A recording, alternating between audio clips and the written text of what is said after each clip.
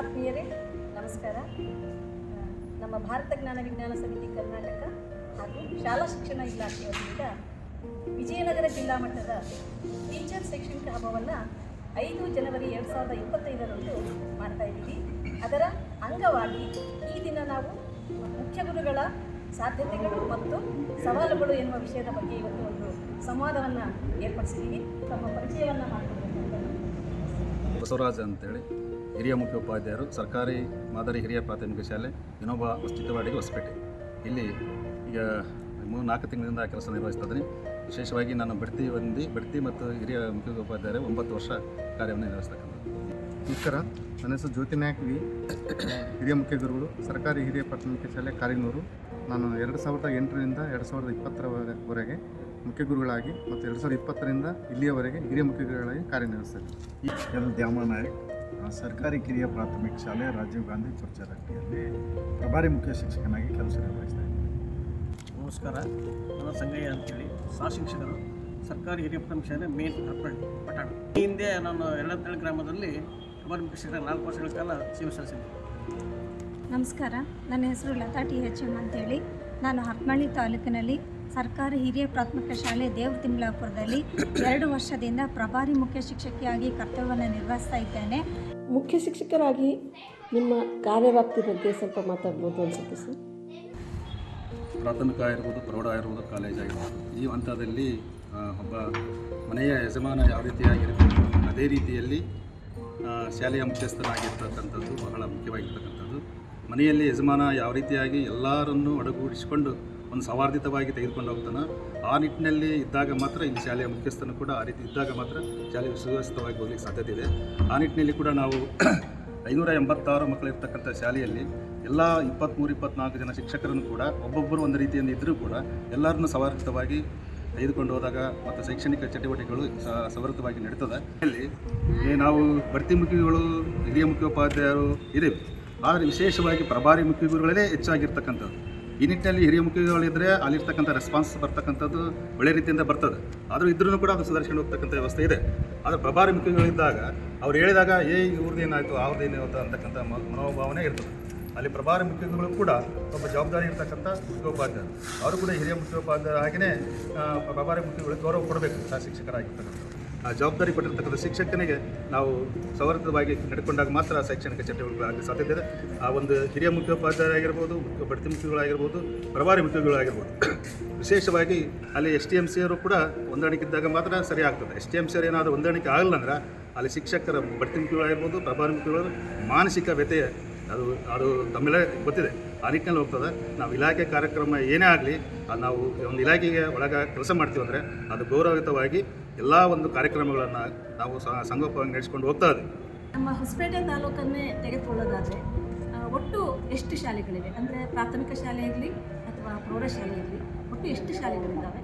ಜೊತೆಗೆ ಹಿರಿಯ ಮುಖ್ಯ ಗುರುಗಳು ಹುದ್ದೆ ಎಷ್ಟು ಇದ್ದಾವೆ ಸರ್? ಮತ್ತು ಹಾಗೆಯೇ ಮುಖ್ಯ ಗುರುಗಳ ಹುದ್ದೆಗಳು ಎಷ್ಟಿದ್ದಾವೆ? ಮತ್ತು ಪ್ರಭಾರಿ ಮುಖ್ಯ ಶಿಕ್ಷಕರಾಗಿ ಕಾರ್ಯನಿರ್ವಹಿಸುವಂತಹ ಹುದ್ದೆಗಳು ಎಷ್ಟಿದ್ದಾವೆ?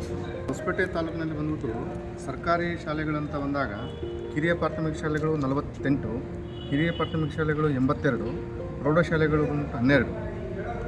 ಆಮೇಲೆ ಹಿರಿಯ ಪ್ರೌಢಶಾಲೆಗಳು ಅಂತ ಮಾಡಿದ್ದಾರೆ, ಅಂದರೆ RMS ಸ್ಕೂಲ್ ಅಂತ ಮಾಡಿದ್ದಾರೆ. ಆ ಶಾಲೆಗಳು ಬಂದ್ಬಿಟ್ಟು 10.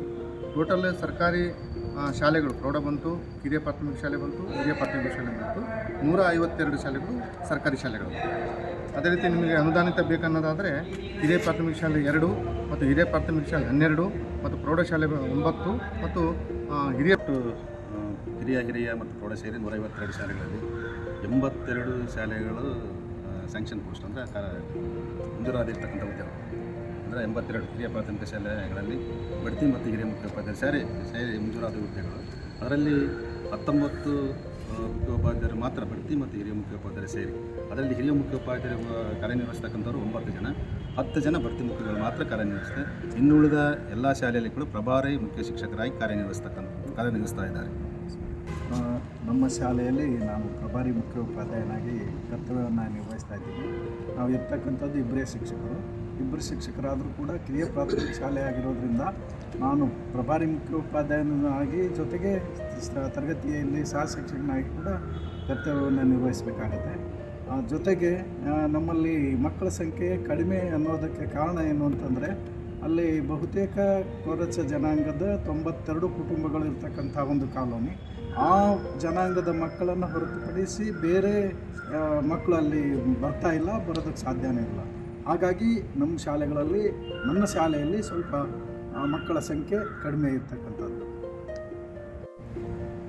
ಈಗ ಪ್ರತಿನಿತ್ಯ ಶಾಲೆಯಲ್ಲಿ ಹಿರಿಯ ಮುಖ್ಯ ಗುರುಗಳಾಗಿರಲಿ ಅಥವಾ ಮುಖ್ಯ ಗುರುಗಳಾಗಿರಲಿ, ಪ್ರಭಾರಿ ಮುಖ್ಯ ಗುರುಗಳಾಗಿರಲಿ ನಿರ್ವಹಿಸುವಂತಹ ಕಾರ್ಯಗಳೇನು ಅನ್ನೋದನ್ನು ದಯವಿಟ್ಟು ತಿಳಿಸ್ಕೊಡಿ ಸರ್. ಬೆಳಗ್ಗೆ 9:30ರಿಂದ ಹಿಡಿದು 4:30ರವರೆಗೆ ನಮ್ಮ ಶಾಲೆ ನಡೀತಾ ಇದೆ ಕಾರ್ಯ ಚಟುವಟಿಕೆಗಳು. ಈ ಸಮಯದಲ್ಲಿ ಬೆಳಗ್ಗೆ 9:30ರಿಂದ ಹಿಡಿದು 4:30ರವರೆಗೆ ಸುಮಾರು 72 ಕಾರ್ಯಗಳನ್ನು ಮುಖ್ಯ ಗುರುಗಳು ಮಾಡಬೇಕಾಗಿರ್ತಕ್ಕಂಥ ಇವತ್ತು ವ್ಯವಸ್ಥೆ ಇದೆ. ಇದರಲ್ಲಿ ಸರ್ ಹೇಳ್ದಂಗೆ ಕ್ಷೀರಭಾಗ್ಯ ಆಗಿರ್ಬೋದು, ಊಟ ಆಗಿರ್ಬೋದು, ಮೊಟ್ಟೆ ಬಾಳೆಹಣ್ಣು ಆಗಿರ್ಬೋದು, ಇದರ ಕೊಡೋದ್ರ ಜೊತೆಗೆ ಅದನ್ನು ಮೇಲ್ವಿಚಾರಣೆ ನಿಭಾಯಿಸಬೇಕಾಗಿದೆ.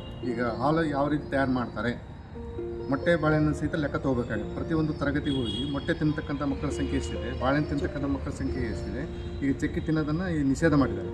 ಅದಾದ ನಂತರ 12:40 ಗಂಟೆ ಒಳಗಾಗಿ ಬಾಳೆಹಣ್ಣು ಕೊಡೋರಿಗೆ ಬಾಳೆಹಣ್ಣನ್ನು ತರಿಸ್ಕೊಡ್ಬೇಕಾಗುತ್ತೆ, ಮೊಟ್ಟೆ ತಿನ್ನೋರಿಗೆ ಮೊಟ್ಟೆಯನ್ನು ಬೇಯಿಸ್ಕೊಡ್ಬೇಕಾಗುತ್ತೆ. ನಮ್ಮದು ಇಸ್ಕಾನ್ಗಳಿಂದ ಬರ್ತಕ್ಕಂಥ ಊಟ ಆಗಿರೋದ್ರಿಂದ ಅದು ಬರ್ತದೋ ಇಲ್ಲದ ಅದನ್ನು ಸ್ವಲ್ಪ ಮೇಲ್ವಿಚಾರಣೆ ಮಾಡಬೇಕಾಗುತ್ತೆ. ತದನಂತರದಲ್ಲಿ ತರಗತಿ ನಿರ್ವಹಣೆ ಅಂತ ಬಂದಾಗ ಯಾರಾದರೂ ಶಿಕ್ಷಕರು ರಜೆ ಮೇಲಿದ್ದಾಗ ಆ ತರಗತಿಗೆ ಮತ್ತೊಬ್ಬ ಶಿಕ್ಷಕನ ಜವಾಬ್ದಾರಿಯನ್ನು ವಹಿಸಿ ಅದು ಯಾವ ರೀತಿ ನಡೀತಾ ಇದೆ ಇಲ್ಲದನ್ನು ಸಹಿತ ನಾವು ಅದನ್ನು ಗಮನಿಸಬೇಕಾಗುತ್ತೆ. ಸ್ಯಾಟ್ಸ್ನಲ್ಲಿ MDM ಈಗ ಪ್ರತಿದಿನ ಪ್ರತಿ 12:30 ಒಳಗಾಗಿ ನೀವು ಸ್ಯಾಟ್ಸ್ MDM ಹಾಕ್ರಿ ಅಂತ ಸರ್ಕಾರ ದಿನನಿತ್ಯ ನಮ್ಮ ಮೇಲಧಿಕಾರಿ ಸೂಚಿಸಿದ ಹಾಗೆ ಅದನ್ನು ನಾವು ನಿರ್ವಹಣೆ ಮಾಡಬೇಕಾಗತ್ತೆ. ಮತ್ತು ಮೊಟ್ಟೆ ಬಾಳೆಹಣ್ಣು ಖರೀದಿನೂ ಸಹಿತ ಮತ್ತು ಅದನ್ನು ವಿತರಣೆ ಸಹಿತ ಅದನ್ನು ಆನ್ಲೈನಲ್ಲಿ ನಾವು ಹಾಕ್ತಕ್ಕಂಥ ವ್ಯವಸ್ಥೆ ಮಾಡಿದ್ವಿ. ಇದರ ಜೊತೆಗೆ ಸರ್ಕಾರದವರು ಹಾಕಿರ್ತಕ್ಕಂಥ ಕೆಲವೊಂದು ಯೋಜನೆಗಳು, ಈಗ ಪ್ರಾರ್ಥನಾ ಸಮಯದಲ್ಲಿ ಆಗಿರ್ಬೋದು, 100 ದಿನಗಳ ಓದು ಆಗಿರ್ಬೋದು, ಇವುಗಳನ್ನು ಹಂಚಿಕೆ ಮಾಡಿದ ರೀತಿಯಲ್ಲಿ ಕಾರ್ಯ ಹಂಚಿಕೆ ನಾವು ಮಾಡಿರ್ತೀವಿ. ಆ ಕಾರ್ಯ ಹಂಚಿಕೆ ನೀತಿಯಲ್ಲಿ ನಡೀತದೆ ಇಲ್ಲ ಅದನ್ನು ನಾವು ಅದನ್ನು ಸಹಿತ ನಿಭಾಯಿಸ್ತಕ್ಕಂಥದ್ದು ಕೆಲಸವನ್ನು ನಾವು ಮಾಡ್ತೇವೆ. ಅದರ ಸಂದರ್ಭದಲ್ಲೂ ಸಹಿತ ಭೌತಿಕವಾಗಿ ಕುಡಿಯೋ ನೀರಾಗಿರ್ಬೋದು, ಶೌಚಾಲಯ ನಿರ್ವಹಣೆ ಆಗಿರ್ಬೋದು, ಮೇಲ್ವಿಚಾರಣೆ ಆಗಿರ್ಬೋದು, SDMC ಅವರು ಆಗಿರ್ಬೋದು, ಅವ್ರು ಬರ್ತಕ್ಕಂಥ ಕೆಲವು ಬರ್ತಾರೆ, ಅದು ಯಾಕೆ ಹಿಂಗೆ, ಇದು ಯಾಕೆ ಹಿಂಗೆ ಅನ್ನೋದ್ರ ಜೊತೆಗೆ ಅದನ್ನು ಸಹಿತ ನಾವು ಅವರಿಗೆ ಉತ್ತರವನ್ನು ಕೊಡಬೇಕಾಗತ್ತೆ. ಮತ್ತು ತಿಂಗಳಿಗೆ ಒಂದು ಸಲ ನಾವು SDMC ಸಭೆಯನ್ನು ಸಹಿತ ಕರೆದು ಅಲ್ಲಿ ಇರ್ತಕ್ಕಂಥ ಭೌತಿಕ ಆಗಿರ್ಬೋದು, ಶೈಕ್ಷಣಿಕ ಬಗ್ಗೆ ನಾವು ಚರ್ಚೆಯನ್ನು ಸಹಿತ ಮಾಡಬೇಕಾಗತ್ತೆ. ಇನ್ನು ಮೇಲಾಗಿ ಈ ದೃಢೀಕರಣಗಳನ್ನು ಕೊಡೋದು. ಇನ್ನೊಂದು ಈಗ ಅಪಾರ ID ಮಾಡಿರಿ ಅಂತ ಹೇಳ್ತಾರೆ. UDS+ ಎಲ್ಲ ಮಕ್ಕಳು ಅದರ ಇಲ್ಲ ಅಂತ ಚೆಕ್ ಮಾಡ್ಕೊಳ್ರಿ. ನೀವು ಮೊನ್ನೆ ಒಂದು ಸಭೆಯಲ್ಲಿ ಹೇಳಿದ್ರು ಸರ್, ಏನೋ ಒಂದು ಅರ್ಧ ತಾಸಿನ ಕೆಲಸ ರೀ, ನೀವು ಯಾಕೆ ಅದು ಮಾಡೋದಿಲ್ಲ ಅಂತ. ಅದು ಅರ್ಧ ತಾಸಿನ ಕೆಲಸ ಅಲ್ಲ. ಅದು ಆ್ಯಕ್ಚುಲಿ ಎಲ್ಲ ಮಕ್ಕಳನ್ನು ಸರಿಯಾದ ರೀತಿಯಿಂದ ಅದನ್ನು ಜೋಡಣೆ ಮಾಡ್ಕೊಂಡು ಮಾಡೋದಾದರೆ ಒಂದೊಂದ್ಸಲ ಇದು ಸ್ಯಾಟ್ಸ್ ಓಪನ್ ಆಗಿರೋದು ಬಿಜಿ ಅಂತ ಬರುತ್ತೆ, ಒಂದ್ಸಲ ನೆಟ್ ಅಂತ ಇರೋದಿಲ್ಲ. ಇಂಥವೆಲ್ಲ ಪ್ರಾಬ್ಲಮ್ಗಳ ನಡುವೆ ಈಗ ಅಪಾರ ID ಮಾಡಿ ಅಂತ ಸರ್ಕಾರ ದಿನನಿತ್ಯ ನಮ್ಮದು ವಾಟ್ಸಪ್ಪಲ್ಲಿ ಬರ್ತಾಯಿದೆ. ಅಪಾರ ID ನಮ್ಮಲ್ಲಿ ಸುಮಾರು 403 ಹುಡುಗರು ಪರ್ಮನೆಂಟ್ ಇದ್ದರೆ 219 ಹುಡುಗರು ಮಾತ್ರ ಆಗಿದೆ. ಇನ್ನು ಹುಡುಗರು ಟ್ಯಾಲಿ ಆಗ್ತಾಯಿಲ್ಲ. ಯಾಕೆ ಟ್ಯಾಲಿ ಆಗ್ತಾಯಿಲ್ಲ ಅಂದರೆ ಅವರು K ಬಸವರಾಜ ಅಂತ ಬರ್ಸಿರ್ತಾರೆ. ಈಗ ಅವರು ಆಧಾರ್ ಕಾರ್ಡ್ನಲ್ಲಿ ಏನು ಮಾಡಿಸಿದ್ದಾರೆ ಅಂದರೆ ಬಸವರಾಜ K ಅಂತ ಮಾಡಿಸಿದ್ದಾರೆ. ನೀವು ಬಸವರಾಜ K ಅಂದ್ರೆ ತಿದ್ರಿ, ಹಂಗೆ ನಾವು ಯಾವ ಆಧಾರ ಮೇಲೆ ತಿದ್ದಬೇಕು? ನಾವು ಆಧಾರ್ ಕಾರ್ಡು ತದನಂತರ ಮಾಡಿಸಿರ್ತಾರೆ. ನಾವು ಪ್ರವೇಶ ಅರ್ಜಿಗಳನ್ನು ಪಡೆದಾಗ ಅವ್ರು ಹೇಳ್ತಕ್ಕಂಥದ್ದನ್ನೇ ನಾವು ಮಾಹಿತಿಯನ್ನು ಬರೆದಿರ್ತೀವಿ. K ಬಸವರಾಜ ಅಂತ ಬರೆಯಪ್ಪ ಅಂತ ಹೇಳ್ತಾರೆ. K ಬಸವರಾಜ ನಮಗೆ ನಾವು ಹೆಸರು ಗೊತ್ತಿರ್ತಾರೆ, ಅವ್ರು ಬರ್ಸಕ್ಕೆ ಬಂದಾಗ ಇರೋದಿಲ್ಲ. ಆದರೆ K ಬಸವರಾಜ ಅಂತ ಬರ್ಸಿರ್ತಾರೆ. ಬಟ್ ಆಧಾರ್ ಕಾರ್ಡ್ ಮಾಡಿಸುವಾಗ ಹೋದಾಗ ಬಸವರಾಜ K ಅಂತ ಮಾಡಿಸ್ತಾರೆ. ಅಲ್ಲಿ ತಿದ್ದುಪಡಿ ಮಾಡ್ಸಕ್ಕೆ ಒಲ್ರು ಅವರು ಶಾಲೆಗೆ ತಿದ್ರಿ. ಇನ್ನು 9ನೇ ತರಗತಿ SSLC ಬರ್ತಾರೆ ಹುಡುಗರು. ಆ SSLC ಬಂದಾಗ ಆಧಾರ್ ಕಾರ್ಡ್ ಈಗ ನೀವು ಏನಂತಾರೆ, ಆಧಾರ್ ಕಾರ್ಡನ್ನು ನೀವು ಇದನ್ನು ಮಾಡಿರಿ ಅಂತ ಹೇಳಿದಾಗ ಅಪ್ಡೇಟ್ ಮಾಡಿರಿ ಅಂತ ಹೇಳ್ಬೋದು. ಅಪ್ಡೇಟ್ ಮಾಡೋ ಸಂದರ್ಭದಲ್ಲಿ ಅದು ಆಧಾರ್ ಕಾರ್ಡ್ ಅಪ್ಡೇಟ್ ಆಗೋಲ್ಲ. ಅವಾಗ ಅವ್ರು SSLC ಅವರು ಏನು ಮಾಡ್ತಾರೆ, ಹೈಸ್ಕೂಲ್ನವರು ಅಲ್ಲಿ ಹೋಗಿ ನೀವು ತಿಳ್ಸ್ಕೊಂಬರ್ರಿ ಅಂತ ಹೇಳ್ತಾರೆ. ಏನಾದ್ರು ತಿದ್ದುಪಡಿ ಮಾಡೋದಾದರೆ ನಾವು ಯಾವ ಆಧಾರಗಳ ಮೇಲೆ ತಿದ್ದಬೇಕು, ಇದು ಒಂದು ಸಮಸ್ಯೆ. ಮುಖ್ಯೋಪಾಧ್ಯಾಯರ ಕರ್ತವ್ಯ ಬೆಳಿಗ್ಗೆ 9:30ರಿಂದ 4:30ವರೆಗೆ ಅಲ್ಲ, ಪ್ರತಿನಿತ್ಯ ನಾವು 24 hours ಇಂಟು 7 ಅಂತಾರಲ್ಲ, ಆ ರೀತಿಯಾಗಿ ಮುಖ್ಯೋಪಾಧ್ಯಾಯರ ಕಾರ್ಯನಿರ್ವಹಿಸಲೇಬೇಕು. ಯಾಕಪ್ಪ ಅಂದರೆ ಇಲಾಖೆಯಿಂದ ಎಷ್ಟು 9 ಗಂಟೆಗೆ, 10 ಗಂಟೆಗೆ, ರಾತ್ರಿ 10 ಗಂಟೆಗೆ, 11 ಗಂಟೆಗೆ, ಬೆಳಗ್ಗೆ 7 ಗಂಟೆಗೆ ನಾವು ಹೋಗ್ತಾ ರೆಡಿ ಆಗ್ತಿರ್ತೀವಿ. ಒಂದು ಮಾಹಿತಿ ಕೊಡಿ ಅಂತ CRPಗಳು BRPಗಳು ಮಾಹಿತಿ ಕೇಳ್ತಾರೆ.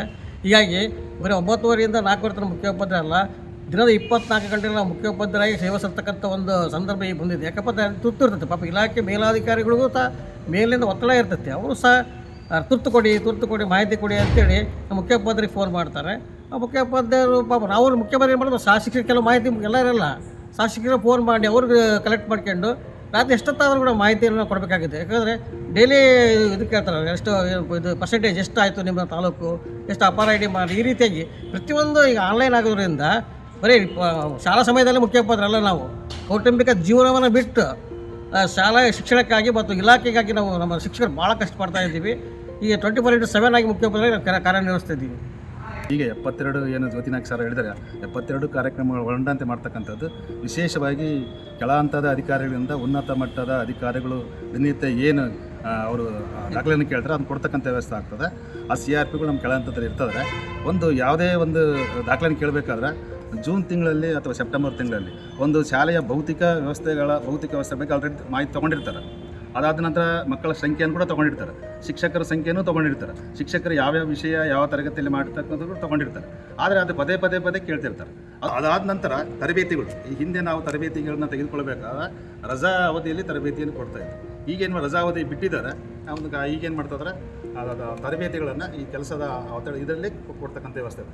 8 ದಿವಸಗಟ್ಟಲೆ ಒಬ್ಬ ಶಿಕ್ಷಕ ಹೊರಗಡೆ ಹೋದರೆ ಅಲ್ಲಿ ಶೈಕ್ಷಣಿಕ ಪ್ರಗತಿ ಕುಂಠಿತವಾಗ್ತದೆ. ಅದು ಕೂಡ ಒಂದು ಪರ್ಯಾಯ ವ್ಯವಸ್ಥೆಯನ್ನು ಮಾಡಿಕೊಂಡು ತರಬೇತಿಗಳನ್ನು ಕೊಡೋದು, ಅದು ಕೂಡ ಆ ಥರ ರಜಾ ಅವಧಿಯಲ್ಲಿ ಕೊಟ್ಟರೆ ಅವರಿಗೆ ಕೊಡ್ತಕ್ಕಂಥ ವ್ಯವಸ್ಥೆ ಇರ್ತದೆ. ಅದು ಮತ್ತು ಎಲ್ಲೇ ಒಂದು ಕಡೆಗೆ ಇತ್ತೀಚೆಗೆ ಬದಲಾವಣೆ ಆಗಿದೆ. ಅದು ಬದಲಾವಣೆ ಆಗದೇ ಇರೋದ್ರಿಂದ ಅದನ್ನು ವ್ಯವಸ್ಥಿತವಾಗಿ ತೆಗೆದುಕೊಂಡು ಹೋಗಬೇಕು ಅಂತಕ್ಕಂಥ ಮಾಹಿತಿಯನ್ನು ಈ ಸಂದರ್ಭದಲ್ಲಿ ಹೇಳ್ತದೆ. ಈಗ ನಮ್ಮ ಬಸವರಾಜ್ ಸರ್ ಹೇಳಿದಂಗೆ ಕೆಲವೊಂದು ತರಬೇತಿಗಳನ್ನು ಈ ಹಿಂದೆ ಅವರು BRP ಕೆಲಸ ಮಾಡಿದ್ದಾರೆ, CRP ಕೆಲಸ ಮಾಡಿದ್ದಾರೆ ಮತ್ತು ECOಗಳು ಸಹಿತ ನಿರ್ವಹಣೆಯನ್ನು ಮಾಡಿದ್ದಾರೆ.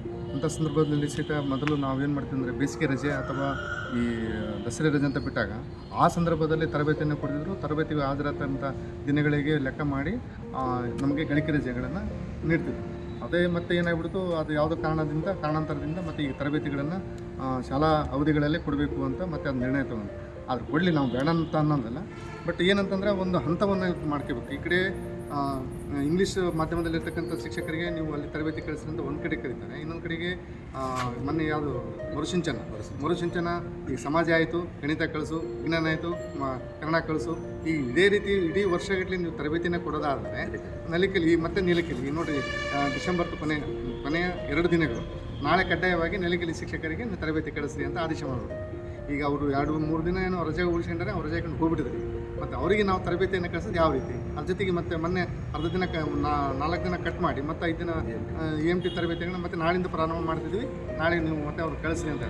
ಇದೇ ರೀತಿ ಆಗೋದಾದರೆ ನಮ್ಮ ಮಕ್ಕಳಲ್ಲಿ ಶೈಕ್ಷಣಿಕ ಕುಂಠಿತ ಯಾಕೆ ಆಗೋದಿಲ್ಲ? ನಾವು ಆ ತರಗತಿ ಶಿಕ್ಷಕರು 8 ದಿನಗಟ್ಟಲೆ ಅವರು ತರಬೇತಿ ಹೋಗ್ಬಿಟ್ಟಪ್ಪ ಅಂದರೆ ನಮ್ಮ ಶಾಲೆಯನ್ನು ಉದಾಹರಣೆ ಬರ್ತಕ್ಕಂಥ 28 ಹುಡುಗರಲ್ಲಿ 20 ಹುಡುಗರು ಬರ್ತಾನಿಲ್ಲ, ಯಾಕಂದ್ರೆ ನಮ್ಮ ಟೀಚರ್ ಇಲ್ಲ ಅಂತ. ಬೇರೆ ಟೀಚರ್ ಹೋಗಿ ಅದನ್ನು ನಿರ್ವಹಣೆ ಮಾಡ್ತಾರೆ, ಇಲ್ಲ ಅಂತ ಹೇಳಲ್ಲ, ನಿರ್ವಹಣೆ ಮಾಡಲೇಬೇಕು, ಅದು ಜವಾಬ್ದಾರಿಯುತವಾದ ಕೆಲಸ. ಆದರೆ ತರಗತಿ ಶಿಕ್ಷಕರು ಅವರ ವಿಷಯ ಶಿಕ್ಷಕರು ಇರೋದಕ್ಕೂ ಬೇರೆ ಶಿಕ್ಷಕರು ಪಾಠ ಮಾಡೋದಕ್ಕೂ ವ್ಯತ್ಯಾಸವನ್ನು ಕಂಡುಬರ್ತದೆ. ಅದಕ್ಕೆ ಇದೊಂದು ಯೋಜನೆಗಳನ್ನು ಒಂದು ಹಂತದಿಂದ ಅದನ್ನು ನಿರ್ವಹಣೆ ಮಾಡೋದು ಸೂಕ್ತ, ಶೈಕ್ಷಣಿಕ ಪ್ರಗತಿ ಆಗೋದಾದ ಅಂತ ನನ್ನ ಅನುಭವ. ಶೈಕ್ಷಣಿಕ ಪ್ರಗತಿ ಆಗಬೇಕು ಅಂತಂದರೆ ಶಾಲಾ ಅವಧಿಯಲ್ಲಿ ತರಬೇತಿಗಳನ್ನು ಆಯೋಜನೆ ಮಾಡ್ತಕ್ಕಂಥದ್ದನ್ನು ಬಿಡಬೇಕು. ನಮ್ಮ ರಜಾ ಅವಧಿಯಲ್ಲಿ ನಮಗೆ ಎಲ್ಲನ ಕೊಟ್ಟುಬಿಟ್ಟು ತರಬೇತಿಗಳನ್ನು ನೀಡ್ತಕ್ಕಂಥದ್ದು ಭಾಳ ಸೂಕ್ತ ಅಂತಕ್ಕಂಥದ್ದು ನನ್ನ ಅಭಿಪ್ರಾಯ. ಪ್ರಾರಂಭಿಕ ಅವಧಿಯಲ್ಲಿಯೇ ಕ್ರೀಡಾಕೂಟಗಳನ್ನು ಆಯೋಜನೆ ಮಾಡ್ತೀರಾ, ಜೊತೆಗೇ ಪ್ರತಿಭಾ ಕಾರಂಜಿಯನ್ನು ಕೂಡ ಆಯೋಜನೆ ಮಾಡ್ತೀರಾ.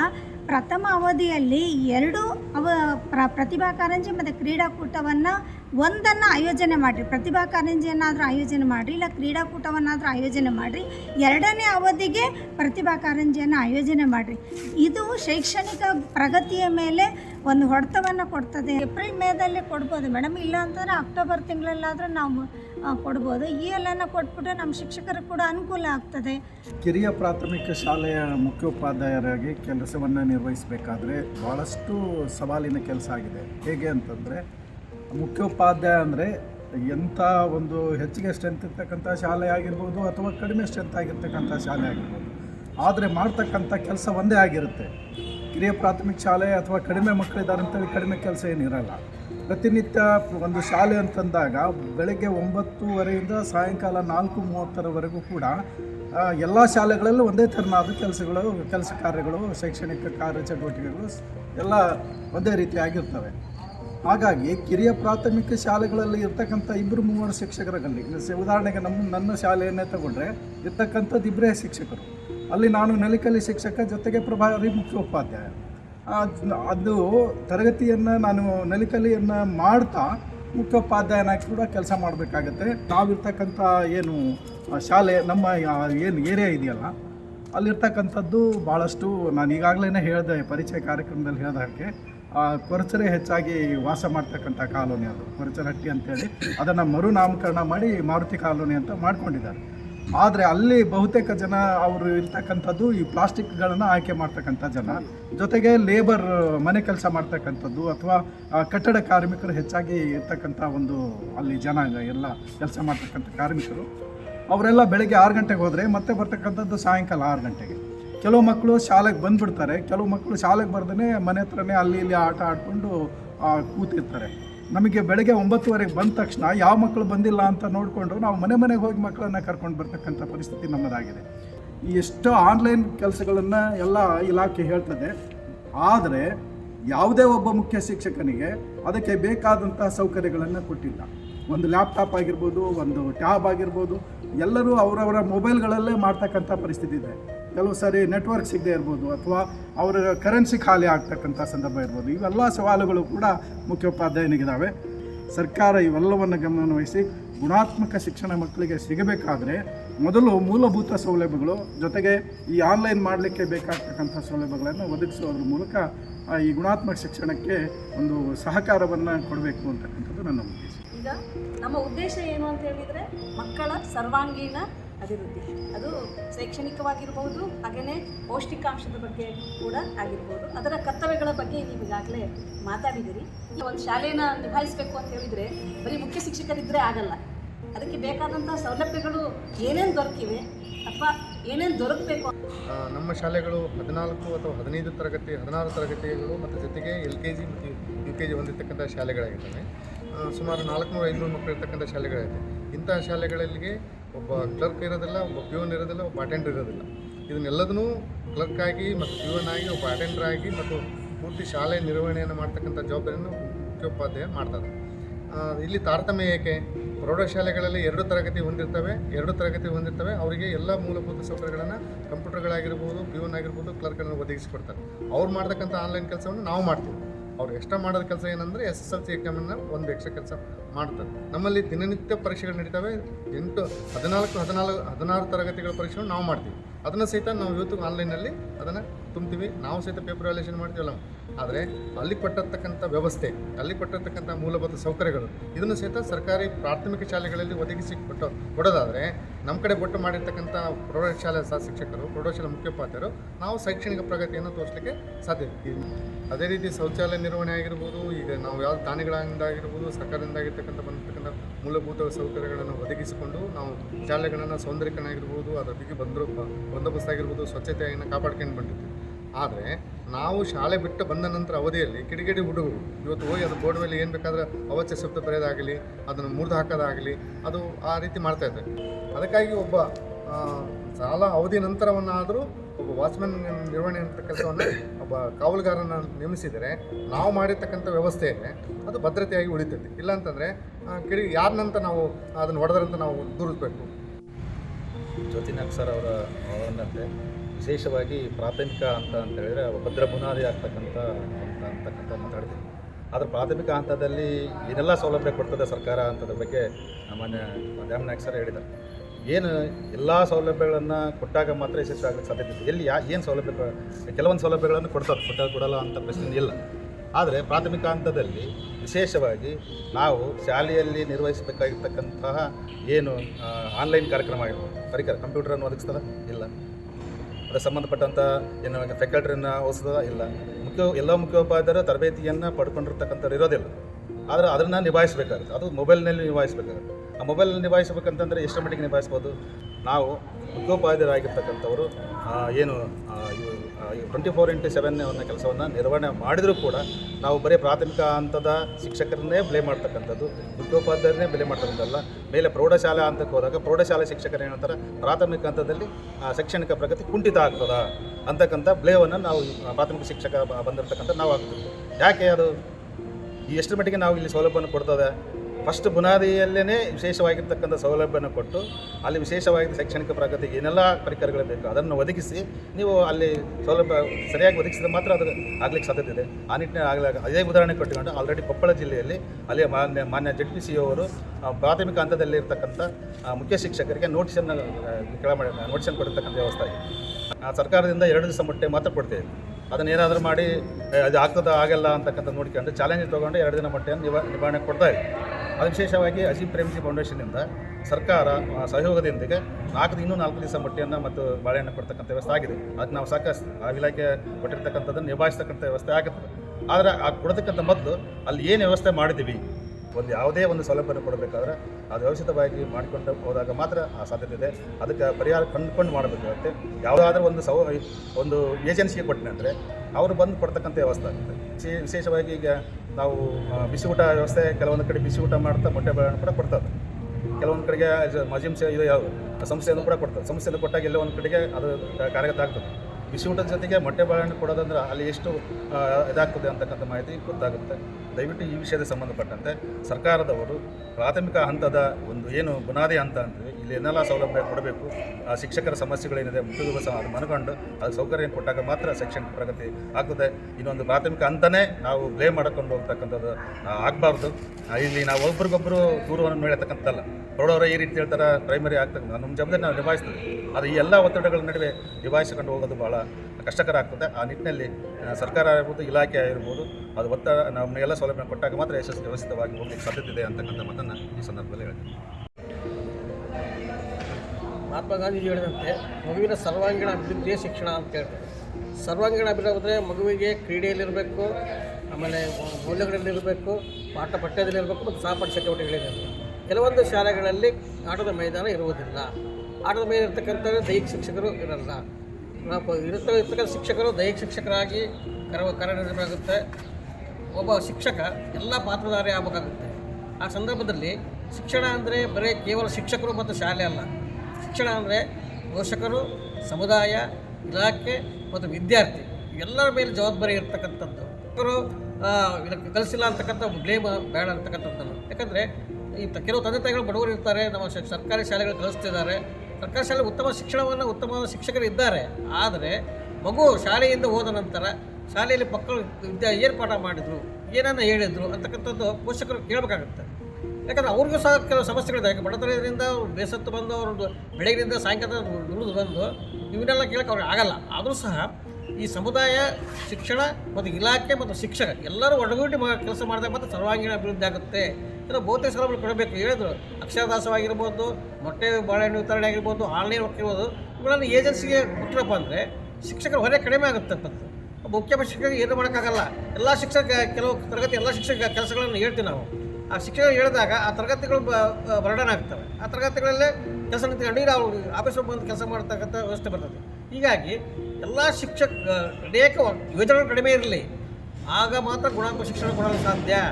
ಯೋಜನೆಗಳನ್ನು ಭಾಳಷ್ಟು ಕೊಟ್ಟು ಗುಣಾತ್ಮಕ ಶಿಕ್ಷಣ ಸಿಗೋದ್ರೆ ಯಾವ ರೀತಿಯಾಗಿ ಸಿಗ್ತದೆ ಅಂತ ನನ್ನ ಅಭಿಪ್ರಾಯ. ಮತ್ತು ಎಲ್ಲ ಕ್ರೀಡಾ ಸಾಮಗ್ರಿ ಆಗಿರ್ಬೋದು, ಪ್ರಯೋಗಗಳ ಸಾಮಗ್ರಿ ಆಗಿರ್ಬೋದು, ಆಮೇಲೆ ಆ ತಂತ್ರಜ್ಞಾನ ಇರ್ಬೋದು, ಎಲ್ಲ ಶಾಲೆಗಳಿಗೂ ಆ ಸೌಲಭ್ಯವನ್ನು ಒದಗಿಸಿದಾಗ ಮಾತ್ರ ಈ ಶಿಕ್ಷಣವನ್ನು ಗುಣಾತ್ಮಕ ಶಿಕ್ಷಣ ಕೊಡಬಹುದು. ಈ ನಮ್ಮ ಭಾರತ ಜಾಸ್ತಿ ಜನಸಂಖ್ಯೆ ಇರ್ತಕ್ಕಂಥ ದೇಶ ಆದ್ದರಿಂದ ಗುಣಾತ್ಮಕ ಶಿಕ್ಷಣ ಕೊಡುವಲ್ಲಿ ನಾವು ಎಡುತ್ತಾ ಇದ್ವಿ ಅಂತಕ್ಕಂಥದ್ದು ನನ್ನ ಮನೋಭಾವನೆ. ಹೆಣ್ಣು ಮಕ್ಕಳು ಮನೆ ಮತ್ತು ಜೊತೆಗೆ ಶಾಲೆಯನ್ನು ಕರ್ತವ್ಯವನ್ನು ನಿಭಾಯಿಸ್ತಕ್ಕಂಥದ್ದು ಒಂದು ದೊಡ್ಡ ಸವಾಲಾಗಿ ನಮಗೆ ಸ್ವೀಕಾರ ಮಾಡ್ತಾ ಇದ್ದೇವೆ. ಆ ಒತ್ತಡದ ಮಧ್ಯೆ ಕೂಡ ನಾವು ಹೆಣ್ಣು ಮಕ್ಕಳು ಬೆಳಗ್ಗೆಯಿಂದ ಸಂಜೆವರೆಗೂ ಕೂಡ ಮಕ್ಕಳ ಜೊತೆಗೆ ಮಕ್ಕಳಾಗಿ ನಾವು ಶಾಲೆಯಲ್ಲಿ ಕರ್ತವ್ಯವನ್ನು ನಿಭಾಯಿಸ್ತಾ ಇದ್ದೇವೆ. ಈ ಒಂದು ನಾವು ಶಾಲೆಯಲ್ಲಿ ಮಕ್ಕಳಿಗೆ ಪಾಠವನ್ನು ಮಾಡಲಿಕ್ಕೆ ಮಾತ್ರ ನಾವು ಮಾಡ್ತೇವೆ, ಮಕ್ಕಳಿಗೆ ಪಾಠವನ್ನು ಮಾಡ್ತೇವೆ. ಜೊತೆಗೇ ಸಾಕಷ್ಟು ಆರೋಗ್ಯ ಸಮಸ್ಯೆಗಳು ಕೂಡ ಹೆಣ್ಣುಮಕ್ಕಳಿಗಿದ್ದಾವೆ. ಈಗ ಅಲ್ಲಿ ಒಂದು ಶಾಲೆಯಲ್ಲಿ ಶೌಚಾಲಯಗಳ ವ್ಯವಸ್ಥೆಗಳು ಇರಲ್ಲ. ಅದು ಮಕ್ಕಳು ಕೂಡ ಪ್ರೌಢಾವಸ್ಥೆಗೆ ಬಂದಿರ್ತವೆ. 1ರಿಂದ 8ನೇ ತರಗತಿ ಮಕ್ಕಳು ಇರೋದ್ರಿಂದ ಅಲ್ಲಿ ಆ ಮಕ್ಕಳಿಗೆ ಸರಿಯಾಗಿರ್ತಕ್ಕಂಥ ಒಂದು ಶೌಚಾಲಯಗಳ ವ್ಯವಸ್ಥೆ ಇಲ್ಲದೆ ಇರೋದ್ರಿಂದ ಮಕ್ಕಳಲ್ಲಿ ಆರೋಗ್ಯ ಸಮಸ್ಯೆಗಳು ಉಂಟಾಗ್ತವೆ. ಜೊತೆಗೆ ಶಿಕ್ಷಕರಿಗೂ ಕೂಡ ಒಂದು ಶೌಚಾಲಯಗಳ ವ್ಯವಸ್ಥೆ ಕೂಡ ಇಲ್ಲ ಸರಿಯಾಗಿ. ಆ ಒಂದು ಸಮಸ್ಯೆಯನ್ನು ನಾವು ಯಾರಿಗೂ ಹೇಳ್ಕೊಳಕ್ಕಾಗದೇ ಹೆಣ್ಣು ಮಕ್ಕಳು ಈ ಒಂದು ಸಮಸ್ಯೆಗಳನ್ನು ಅನುಭವಿಸಿ ಸಾಕಷ್ಟು ರೋಗಗಳನ್ನು ನಾವು ಅನಾರೋಗ್ಯಕ್ಕೆ ಈ ದಿನ ಈಡಾಗ್ತಾ ಇದ್ದೇವೆ. ನಾವು ಈಗ ಮೊಟ್ಟೆನೂ ತೊಗೊಂಡೋಗು, ಚಿಕ್ಕಿನೇ ತೊಗೊಂಡೋಗು, ಬಾಳೆಹಣ್ಣು ತೊಗೊಂಡೋಗು, ಸಾಕಷ್ಟು ಕಿಲೋಮೀಟ್ರ್ ದೂರದಿಂದ ಓಡಾಡ್ತಾ ಇದ್ದಾರೆ ಹೆಣ್ಮಕ್ಳು ಈ ಒಂದು ಎಲ್ಲವನ್ನೂ ಹೊತ್ಕೊಂಡೋಗಿ ನಾವು ಅಲ್ಲಿ ಕೆಲಸವನ್ನು ನಿಭಾಯಿಸಬೇಕು ಅಂತಂದರೆ ಎಷ್ಟು ಒತ್ತಡ ಆಗ್ಬೋದು, ಎಷ್ಟು ಆರೋಗ್ಯ ಸಮಸ್ಯೆಗಳು ಉಂಟಾಗ್ಬೋದು. ಒಂದು P1 ಪೋಸ್ಟನ್ನು ಪ್ರಾಥಮಿಕ ಹಂತದಲ್ಲಿ ಒಂದು P1 ಪೋಸ್ಟನ್ನು ಕೊಡಬೇಕು. ಈಗ ಸಣ್ಣ ಸಣ್ಣ ಮಕ್ಕಳು ಇರ್ತವೆ, ಆ ಮಕ್ಕಳು ಕೂಡ ಸ್ವಚ್ಛತೆ ಮಾಡಿಸ್ತಕ್ಕಂಥದ್ದು ನಮಗೂ ಕೂಡ ಬೇಸರನೇ. ಹಾಗಾಗಿ ಒಂದು P1 ಪೋಸ್ಟನ್ನು ಕಂಪಲ್ಸರಿಯಾಗಿ ಪ್ರಾಥಮಿಕ ಹಂತದಲ್ಲಿ P1 ಪೋಸ್ಟನ್ನು ಕೊಡಲೇಬೇಕು. ಮೇಡಮ್ ಅವರು ಒಳಗೊಂಡಂತೆ ಮಾತಾಡೋದಾದರೆ ವಿಶೇಷವಾಗಿ ಪ್ರಾಥಮಿಕ ಹಂತದಲ್ಲಿ ಈಗ ನಮಗೆ ಆಲ್ರೆಡಿ ಹಿಂದಿನೂ ಕೂಡ ಒಬ್ಬ 250 ಮೇಲ್ಪಟ್ಟಿರ್ತಕ್ಕಂಥ ಹಿರಿಯ ಮುಖ್ಯೋಪಾಧ್ಯಾಯರ ಹುದ್ದೆ ಸೃಷ್ಟಿಯಾಗಿದೆ. 260ರಿಂದ 250ರವರೆಗೆ ಮುಖ್ಯೋಪಾಧ್ಯಾಯ ಬಡ್ತಿ ಮುಖ್ಯಗಳು ಅಂತ ಹುದ್ದೆ ಸೃಷ್ಟಿಯಾಗಿದೆ. ಅಟ್ಲೀಸ್ಟ್ ಹಿರಿಯ ಮುಖ್ಯೋಪಾಧ್ಯಾಯರು ಅಂತಕ್ಕಂಥ 500, 600 ಇರ್ತಕ್ಕಂಥ ಸ್ಟ್ರೆಂತಲ್ಲಿ ಆದರೂ ಕೂಡ ಅಲ್ಲಿ ಒಬ್ಬ ಡಿ ದರ್ಜೆ ನೌಕರ, ಒಬ್ಬ ಜವಾನ ಅತಿ ಅವಶ್ಯಕವಾಗಿ ಬೇಕಾಗ್ತದೆ. ಅದೇ ರೀತಿ ಕೆಳ ಹಂತದಲ್ಲಿ ಕೂಡ ಬೇಕಾಗಿಲ್ಲ ಅಂತ ಹೇಳ್ತಾ ಇಲ್ಲ, ಅಲ್ಲಿ ಕೂಡ ಬೇಕು. ಅಟ್ಲೀಸ್ಟ್ ಕಷ್ಟದ ಹಂತದಲ್ಲಿ ಕಷ್ಟದ ಹಂತ ಕನಿಷ್ಠ 8ರಿಂದ 10, 15 ಶಾಲೆಗಳಿದೆ, ಸರ್ಕಾರಿ ಶಾಲೆಗಳು. ಇಲ್ಲಿ ಪ್ರೈವೇಟ್ ಶಾಲೆಯಲ್ಲಿ ರೆಡಿ ವ್ಯವಸ್ಥೆ ಇರ್ತದೆ, ಅವ್ರು ಮಾಡ್ಕೊಂಡು ಬಿಡ್ತಾರೆ. ಆದರೆ ಕಷ್ಟದ ಹಂತದಲ್ಲಿ 10ರಿಂದ 12 ಶಾಲೆಗಳು ಬರ್ತದೆ, 8ರಿಂದ 10 ಅಥವಾ 12 ಶಾಲೆಗಳು. ಅಲ್ಲಾದರೂ ಕೂಡ ಒಬ್ಬ ಒಂದು ಕಂಪ್ಯೂಟ್ರು ಮತ್ತು ಫ್ಯಾಕಲ್ಟರನ್ನು ಒದಗಿಸಿ ಅಲ್ಲಿರ್ತಕ್ಕಂಥ ವ್ಯವಸ್ಥೆ, ಅಲ್ಲಿ ಒಬ್ಬ ಯಾವುದಾದ್ರೂ ನೆಲೆಸಿ ಅಲ್ಲಿರ್ತಕ್ಕಂಥ ಎಲ್ಲ ಶಾಲೆಯವರು ಈ ರೀತಿಯಾಗಿ ವ್ಯವಸ್ಥೆ ಮಾಡಿದರೆ, ಅಂದರೆ ಏನು UDS ಪ್ಲಸ್ಸನ್ನು ಅಪ್ಡೇಟ್ ಮಾಡೋದಾಗಿರ್ಬೋದು, ಆಧಾರ್ ಕಾರ್ಡ್ ಅಪ್ಡೇಟ್ ಮಾಡಬೇಕಾಗಿರ್ತಕ್ಕಂಥದ್ದು, ಆಮೇಲೆ ಅಪಾರ ಐಡಿಯನ್ನು ಕ್ರಿಯೇಟ್ ಮಾಡ್ತಕ್ಕಂಥ ಆಗಿರ್ಬೋದು, ಇವೆಲ್ಲ ತರಬೇತಿ ಹೊಂದಿರತಕ್ಕಂಥವ್ರು ಆದರೆ ಅಲ್ಲಿ ವ್ಯವಸ್ಥಿತವಾಗಿ ಮಾಡಲಿಕ್ಕೆ ಸಾಧ್ಯತೆ. ಇದನ್ನಾದರೂ ಸರ್ಕಾರ ಒದಗಿಸ್ಬೋದು ಅಂತಕ್ಕಂಥದ್ದು. ಅದೇ ರೀತಿಯಾಗಿ ಅಧಿಕಾರಿಗಳು ಕೂಡ ವ್ಯವಸ್ಥಿತವಾಗಿ ಬರ್ತಾರೆ. ಹೌದು, ಅಧಿಕಾರಿಗಳು ಯಾವತ್ತಿಗೂ ನಾವು ಬ್ಲೇಮ್ ಮಾಡ್ತಾ ಇರೋದು. ಅವರು ಕೂಡ ಪ್ರೌಢಶಾಲೆಯಲ್ಲಿ ಕೂಡ ಕೆಲಸ ನಿರ್ವಹಿಸಿ ಮೇಲೆ ಹಂತಕ್ಕೆ ಹೋಗ್ತಕ್ಕಂಥದ್ದು ಕೂಡ ಇದ್ದಾರೆ.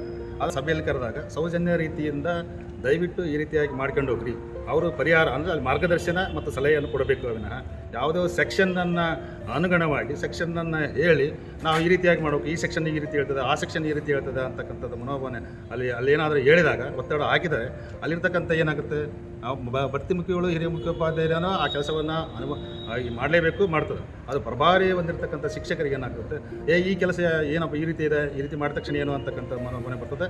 ಅವರು ಕೂಡ ಅಲ್ಲಿ ಶಿಕ್ಷಕರಾಗಿ ಪ್ರಭಾರವನ್ನು ವಹಿಸಿಕೊಂಡು ಆ ಕೆಲಸವನ್ನು ನಿರ್ವಹಿಸ್ತಾ ಇರ್ತಾರೆ. ಇದು ಈ ರೀತಿಯಾಗಿ ಹೇಳಿದಾಗ ಅವ್ರಿಗೇನು ಅಂತಂದ್ರೆ, ಈ ಕೆಲಸನ ಈ ಪ್ರಭಾವನೆ ವಹಿಸ್ಕೊಳ್ಳೋದ ಬೇಡಪ್ಪ, ನನಗೆ ಬೇಡ, ನೀನು ಬೇಡ ಅಂತಕ್ಕಂಥ ಮನೋಭಾವನೆ ಕೂಡ ಬರ್ತದೆ. ಈ ಬಡ್ತಿ ಕೊಡೋ ನಿಯಮ ಈ ಹಿಂದೆ ಹೇಗಿತ್ತಂದರೆ 2008 ನಂತರ ವರ್ಷದಲ್ಲಿ 3 ಬಾರಿ ಆದರೂ ಬಡ್ತಿ ಕೊಡಬೇಕನ್ನೋದೊಂದು ನಿಯಮ ಇತ್ತು. ಆದರೆ ಸರ್ಕಾರ ಒಂದು C&R ರೂಲ್ ಅಂತ ನಿಯಮಾವಳಿಯನ್ನು ತಿದ್ದುಪಡಿ ಮಾಡಿ, ಆದರೆ ನಾವು ಈಗ 2017ಕ್ಕಿಂತ ಮುಂಚಿತವಾಗಿ ನೌಕರಿ ಸೇರ್ತಕ್ಕಂಥ ಎಲ್ಲ ಶಿಕ್ಷಕರಿಂದ PhD ಅಂತ ಏನಿದೆಯಲ್ಲ, ಆ PhD ಹೊಂದಿರತಕ್ಕಂಥವ್ರು ಪ್ರಾಥಮಿಕ ಶಾಲಾ ಶಿಕ್ಷಕರು ಅಂತ ನೇಮಕವಾಗಿದೆ.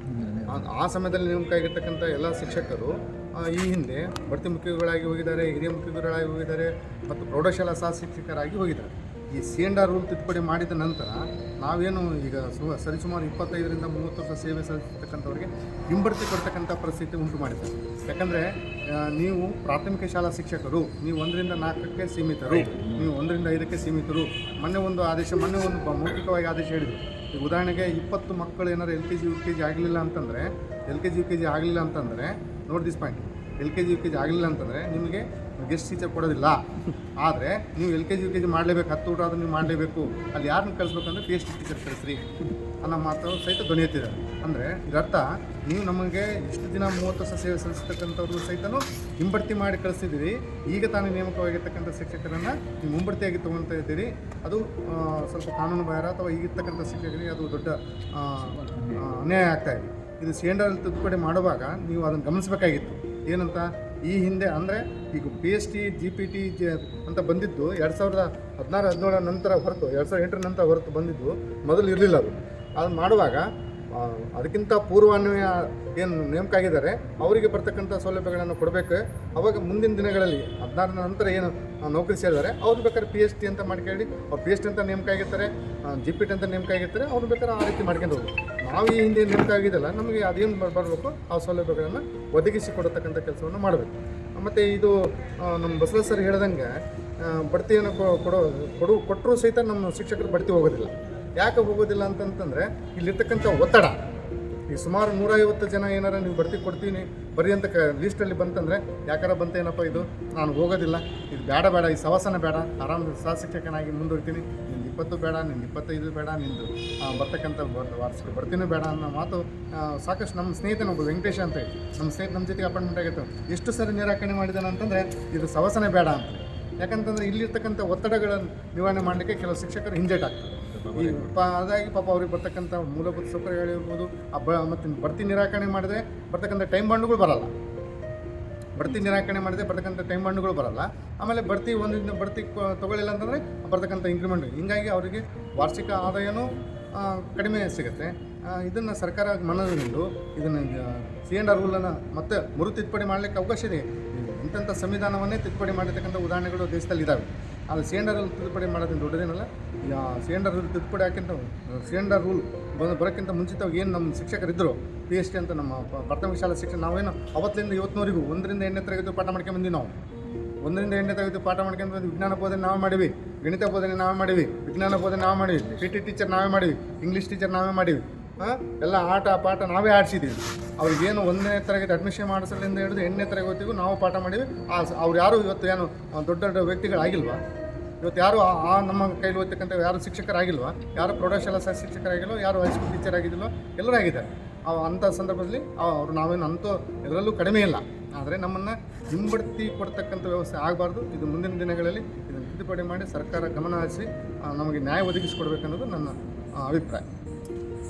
ನೋಡಿ 2021 ಇಲ್ಲಿವರೆಗೆ ಬಡ್ತಿ ಕೊಟ್ಟಿಲ್ಲ. ಯಾಕೆ ಅದು ಎಲ್ಲರಿಗೂ ಸಮಸ್ಯೆ ಗೊತ್ತಿದೆ. ಕೋರ್ಟ್ನಲ್ಲಿದೆ, ಅಲ್ಲಿ C&R ರೂಲ್ ಬದಲಾವಣೆ ಆಗಬೇಕು, ಎಲ್ಲ ಇದೆ ಸಮಸ್ಯೆ. ಪ್ರಾಥಮಿಕ ಶಾಲೆಯಲ್ಲಿರ್ತಕ್ಕಂಥ ಎಲ್ಲ ಶಿಕ್ಷಕರಿಗೆ ಬಡ್ತಿ ಕೊಡ್ತಕ್ಕಂಥ ವ್ಯವಸ್ಥೆ ಆಗಿರಬೇಕು. ಆಮೇಲೆ 1ರಿಂದ 5ನೇ ತರಗತಿ ಇರ್ತಕ್ಕಂಥ ಹಿಂಬಡ್ತಿ ಏನಿದೆ ಅಲ್ಲ, ದಯವಿಟ್ಟು ಹಿಂಬಡ್ತಿ ಅಂತಕ್ಕಂಥದ್ದು ತೆಗೆದು ಅದು ಸಮಾನವಾಗಿರ್ತಕ್ಕಂಥ ಒಂದು ವ್ಯವಸ್ಥೆಯನ್ನು ಮಾಡಬೇಕು. ಆ ನಿಟ್ಟಿನಲ್ಲಿ ಸರ್ಕಾರ ಮತ್ತು ಸಂಘಟನೆಗಳು ಕೂಡ ಹೆಚ್ಚು ಒತ್ತು ಕೊಟ್ಟ ಕೆಲಸವನ್ನು ನಿರ್ವಹಿಸ್ತಕ್ಕಂಥದ್ದು ಆಗಬೇಕು ಅಂತಕ್ಕಂಥದ್ದೇ ನಮ್ಮ ಎಲ್ಲ ಮುಖ್ಯೋಪಾಧ್ಯಾಯರ ಅಭಿಪ್ರಾಯ. ದಾಖಲೆಗಳನ್ನು ನಿರ್ವಹಿಸಲು ಕೂಡ ನಾವು ಹಿಂದಿಲ್ಲ. ಎಲ್ಲ ದಾಖಲೆಗಳನ್ನು ನಿರ್ವಹಿಸ್ತಾ ಎಲ್ಲ ಸುತ್ತೋಲೆಗಳನ್ನು ಕೂಡ ಪರಿಹಾರ ತಂದುಕೊಳ್ತಾ ಎಲ್ಲ ಜಯಂತಿಗಳು ಇತ್ತೀಚೆಗೆ ತಮ್ಮೆಲ್ಲರಿಗೂ ಗೊತ್ತಿದೆ. ಜಯಂತಿಗಳು ಆಚರಣೆ ಮಾಡೋದು, ರಾಷ್ಟ್ರೀಯ ಹಬ್ಬಗಳು ಆಚರಣೆ ಮಾಡ್ತಕ್ಕಂಥದ್ದು, ಇವೆಲ್ಲ ಒಳಗೊಂಡಂತೆ ಕೂಡ ಯಾವ ಕಾರ್ಯವನ್ನು ಬಿಟ್ಟಿಲ್ಲ, ಮಾಡ್ತಾ ಇದ್ದೀವಿ. ಅದು ಮಾಡ್ತಾರೆ ಅಂತೇಳಿ ಇಷ್ಟು ಒತ್ತಡ ಆಗ್ತಕ್ಕಂಥದ್ದು ಸರಿಯಲ್ಲ. ಇದುವರೆಗೂ ಮುಖ್ಯ ಶಿಕ್ಷಕರಾಗಿ, ಹಾಗೆಯೇ ಹಿರಿಯ ಮುಖ್ಯ ಶಿಕ್ಷಕರಾಗಿ, ಹಾಗೆ ಪ್ರಭಾರಿ ಮುಖ್ಯ ಶಿಕ್ಷಕರ ಕರ್ತವ್ಯಗಳ ಜೊತೆಗೆ ಇರುವಂಥ ಸವಾಲುಗಳನ್ನು ನಮ್ಮದೇ ಆದ ಮಿತಿಯಲ್ಲಿ ಬಹುಶಃ ಸಂವಾದಕ್ಕೆ ಲೀಡ್ ಮಾಡಿದ್ದೀವಿ. ಅಂದರೆ ಇಲ್ಲಿ ನಾವು ಸಂವಾದ ಮಾಡಿದ ತಕ್ಷಣ ಇದಕ್ಕೊಂದು ಪರಿಹಾರ ಸಿಗುತ್ತೆ, ಅಥವಾ ನಾಳೆ ಇವತ್ತು ನಾವು ಮಾತಾಡಿದ ತಕ್ಷಣ ನಾಳೆ ಸೊಲ್ಯೂಷನ್ ಸಿಗುತ್ತೆ ಅಂತಲ್ಲ. ಆದರೆ ನಾವು ಒಂದು ಸವಾಲಿನ ಬಗ್ಗೆ ದನಿಯನ್ನು ಎತ್ತದೇ ಹೋದರೆ ಬಹುಶಃ ನಮ್ಮ ಮಾತನ್ನು ಯಾರೂ ಕೇಳಲಿಕ್ಕಿಲ್ಲ.